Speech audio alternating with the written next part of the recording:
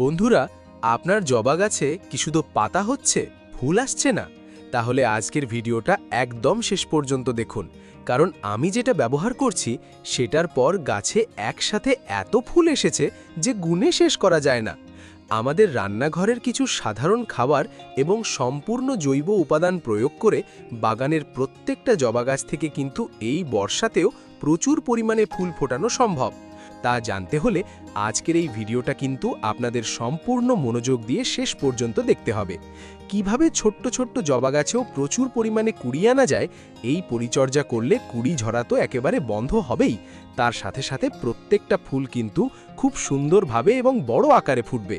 তাই একটুও স্কিপ করবেন না, স্কিপ করলে কিন্তু অনেক গুরুত্বপূর্ণ তথ্য মিস করে ফেলবেন। নমস্কার, আমি সুমিত, আমার বাগান বেঙ্গলি গার্ডেনারে আপনাদের সবাইকে জানাই স্বাগত। প্রথমেই যে বিষয়টি আমাদের জানতে হবে তা হলো আমরা আমাদের বাগানের কোন জবা গাছকে ঠিক কোথায় রাখব। আমাদের বাগানে সাধারণত দুই ধরনের জবা দেখতে পাওয়া যায়, দেশি জবা এবং হাইব্রিড জবা।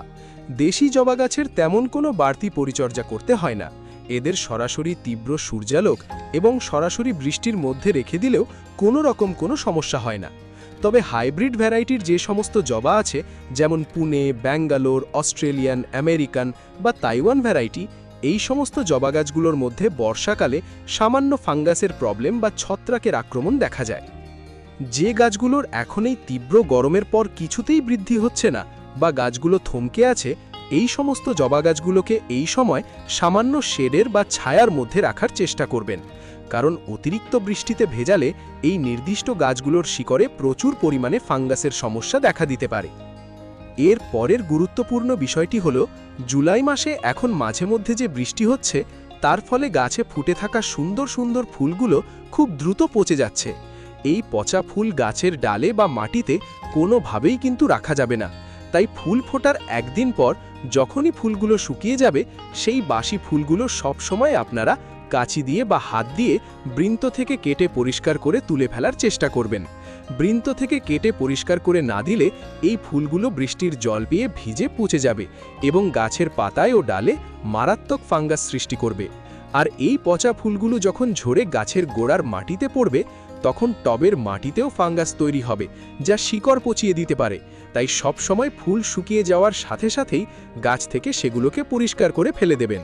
এর ফলে গাছ কিন্তু বেশি পরিমাণে নতুন কুড়ি আনতে পারবে।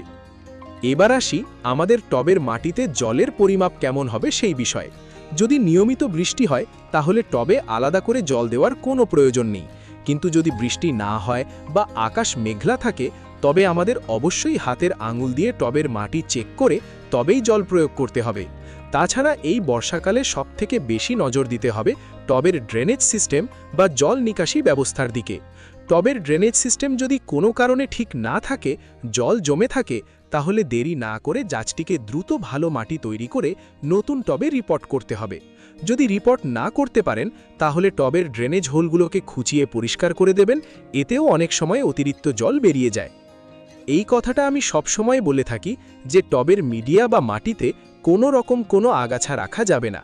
ছোট্ট থেকে ছোট্ট আগাছাও দেখার সাথে সাথে তুলে ফেলার চেষ্টা করবেন, কারণ এই ছোট ছোট আগাছাগুলো যদি সময় মতো তুলে না দেন, তবে এরা বৃষ্টির জল পেয়ে খুব তাড়াতাড়ি বেড়ে যাবে। এর ফলে আমরা গাছের গোড়ায় যে সমস্ত পুষ্টিকর খাবার দেব, সেই খাবার এই আগাছাগুলোই শোষণ করে নেবে, আর আমাদের মূল জবা গাছটি পর্যাপ্ত পরিমাণে পুষ্টি একেবারেই পাবে না।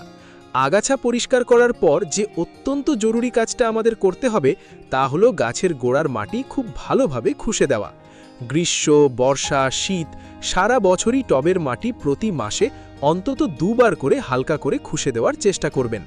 টবের মাটি যদি শক্ত হয়ে জমাট বেঁধে যায় কিংবা টবের মাটির ওপরে যদি শ্যাওলার আস্তরণ তৈরি হয়, তাহলে কিন্তু গাছের শিকড়ে বাতাস চলাচল বন্ধ হয়ে যাবে এবং গাছের কাণ্ড পচে সম্পূর্ণ গাছটা হঠাৎ করে ঝিমিয়ে মারা যেতে পারে।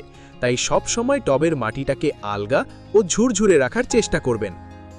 মাটি খুব ভালোভাবে খুঁড়ে দেওয়ার পর টবের কিনারা বরাবর একটা গোল গ্যাপ বা নালা তৈরি করে নিতে হবে, কারণ এই অংশে আমরা আমাদের তৈরি করা বিশেষ খাবারটি প্রয়োগ করব। সম্পূর্ণ অর্গ্যানিক বা জৈব খাবার এবং তার সাথে কিছু রান্নাঘরের চেনা উপাদান মিশিয়ে আজ আমরা এই মিশ্র সারটি তৈরি করব।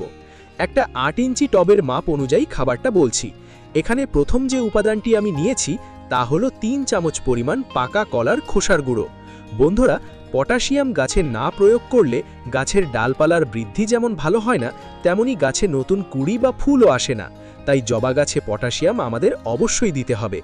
আপনাদের কাছে কলার খোসার গুঁড়ো না থাকলে আপনারা এর পরিবর্তে পেঁয়াজের খোসার গুঁড়ো দিতে পারেন, অথবা অর্গ্যানিক বায়ো পটাশও ব্যবহার করতে পারেন।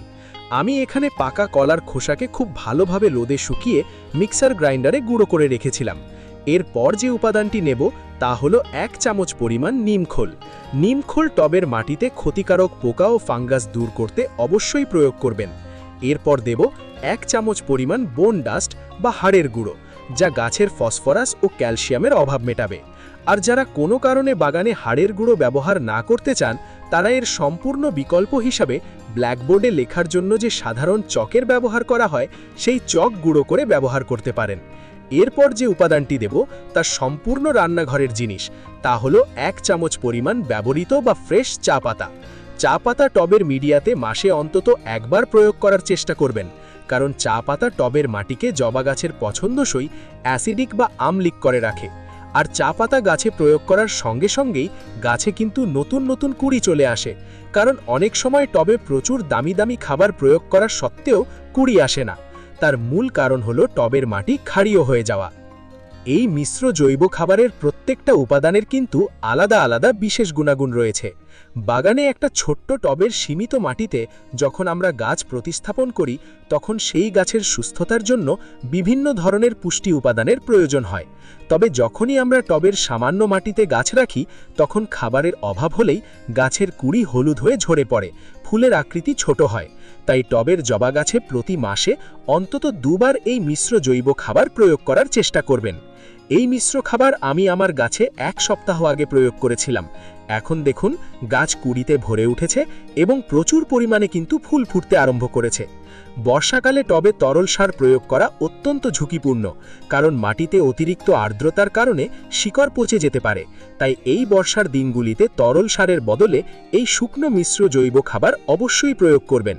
এই মিশ্র খাবারটি টবের কিনারায় দিয়ে মাটি চাপা দেওয়ার মাত্র 3 থেকে 4 দিনের মধ্যে আপনারা লক্ষ্য করতে পারবেন যে গাছের পাতাগুলো চমৎকার গাঢ় সবুজ হতে শুরু করেছে, এবং 7 দিন পর দেখবেন গাছ নতুন কুঁড়িতে ভরে উঠছে।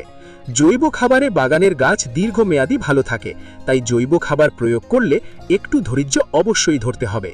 রাসায়নিক খাবার প্রয়োগ করলে কাজ হয়তো একটু তাড়াতাড়ি হয়, কিন্তু জৈব খাবার মাটিকে ভালো রেখে গাছকে ভিতর থেকে শক্তিশালী করে।